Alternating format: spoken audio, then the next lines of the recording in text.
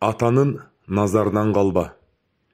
Сіздің атаңыз, ал ким болбосун, сіздің жашооңуздағы ең баалуу адам.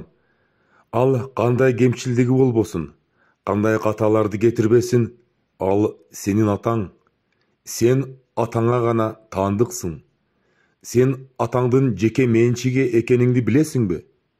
Жеке менчик дегенди түшүнөсүңбү? Оба, сен атаңдын менчигисин. Сенин кийимдериң, сенин акчаларың баары атаңдын менчиги.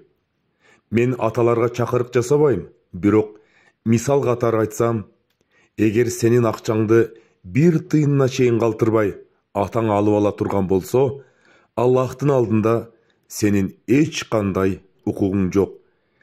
Ислам сотунда атага каршы чыгууга сенде эч кандай укук жок. Такыр жок. Себеби сен атаңа таандыксың. Сен элик кылгандын баары атаңдыкы. Сен анын менчигисиң, ал сенин атаң. Бөлөк адам атама караганда жакшы көрө алат, же сүйө алат деп эч качан ойлобо. Атага алагандай жакшылыкты сага эч ким каалай албайт.